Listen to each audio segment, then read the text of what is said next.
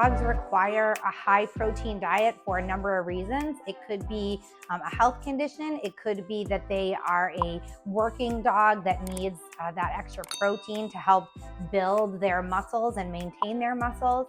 Make sure that your veterinarian or a canine nutritionist that you're working with has recommended a high protein diet before you just switch your dog to one. High protein sounds great for dogs. When we think of wild dogs, we think of them hunting and killing prey, and that's what they eat. And that is true, but our domesticated dogs have now had many generations of eating a different diet. And so it's really important to consult your veterinarian or a canine nutritionist before you switch your dog to any different diet or any homemade food regimen, including a high protein diet. For this high protein homemade dog food, I use my crock pot and I add most of my ingredients. We're gonna go ahead and add them now, and then I'll come back once it's finished cooking. I have a couple more ingredients to add. But for now, we are gonna add 2 pounds of beef liver. I have 1 cup of dry brown rice. I have 2 cups of carrots, and you're just gonna chop those, an appropriate size for your dog. I have medium and large breeds, so mine aren't cut really small. This is 2 cups of broccoli, same thing. Just cut it appropriate for your dog. If you have a toy breed, you're gonna wanna make, really small pieces. If you have a larger dog, you can do the bigger chunks. I have 3 cups of water. We're gonna dump over the top. And then I'm also gonna crack in 4 eggs. You don't need to stir it or anything. You're just gonna put the top on your crock pot and you're gonna cook it on low for 6 hours.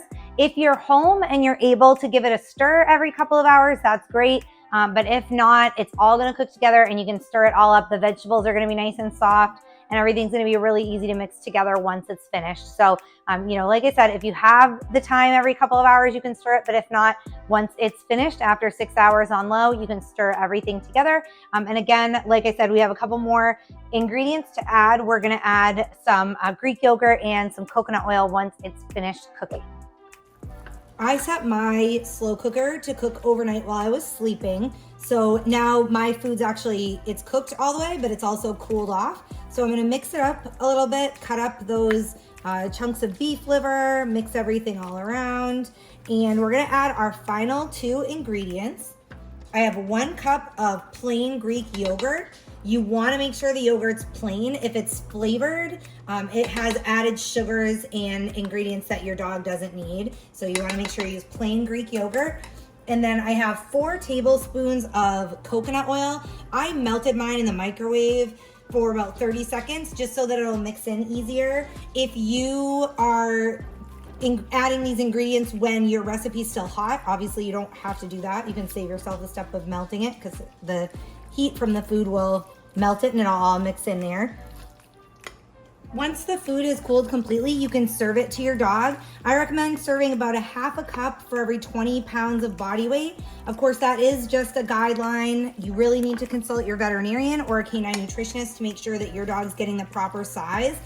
You can click the link below the video for all of my serving size information, as well as all of the nutritional information. So if you need to know how many calories per cup, how many, how much protein per cup, all of that, you can see that by clicking the link below. And you can easily print the recipe as well to bring in to chat with your veterinarian or canine nutritionist about it. If you guys have any other questions, feel free to email me. Thanks for watching this recipe video.